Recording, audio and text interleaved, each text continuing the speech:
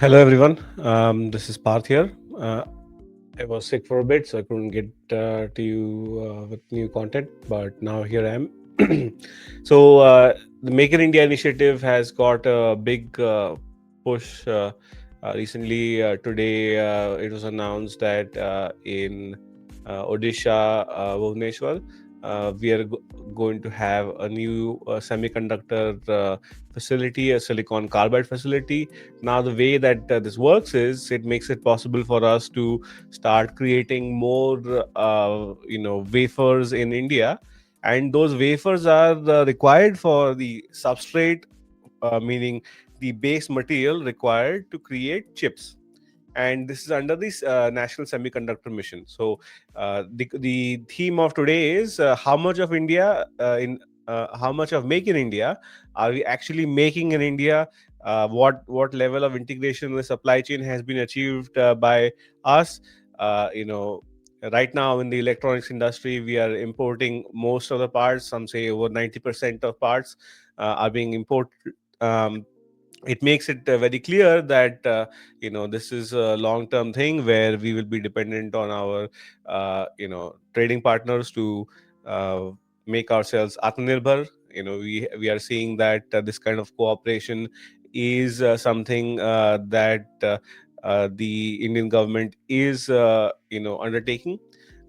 Indian companies have gotten the well the export licenses to buy rare earths from China, meaning they have the permission to import that from China, but they have added a clause or a rider that it cannot be exported to the United States. So this is the kind of geopolitical,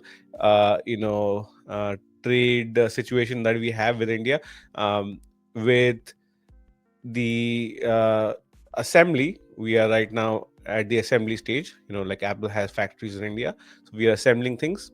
Many of the parts are imported from China, and then they are assembled. So to go to the next stage, we will have a situation where we want to uh, add more things of the value chain.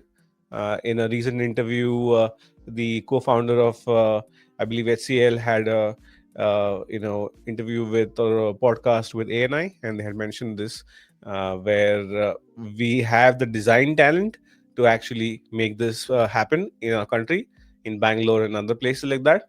But we don't have the manufacturing capability yet, so we will get to that stage. It will just take time. So, having said all of that, we need to go step by step, build up the value chain, and think about what else is possible. Can you, as the audience, actually make something new which is not present today? Can you build something that doesn't require as much capital but can be productized? Can you build a new product which is requiring less capital? um, can you build a service in India, like a VPN service or something like that, which is homegrown, just like Zoho is offering so many products? RTI, the chat messenger service, is really good. I've used that, and they are improving that. So it remains to be seen, what will happen. But I hope we will see more of that coming through with the Make in India initiative. A lot of progress has happened since that time. We are hoping that India Semiconductor Mission will reach the uh, $10 billion mark, and we are hoping that the four new plants which are approved in 2024 will actually start producing chips soon. We have had the Vikram chip launched. We have almost 2.7 billion orders for parts and stuff like that. We are assembling most of the phones locally, and then we're exporting them, but the chips are imported. Maybe 9% or something like that are local parts. uh, and we need to think about what does it look like later, right? India can lead the electronics market segment. It is just the case that Make in India is not a sprint, a 100-meter sprint. It's a marathon. So we need to find out what's next. So keep subscribing for more, and hopefully we can find more info, and leave a comment. If you want to support, you can use UPI to scan the QR code, and that's about it. So have a great day, guys, and see you in the next one.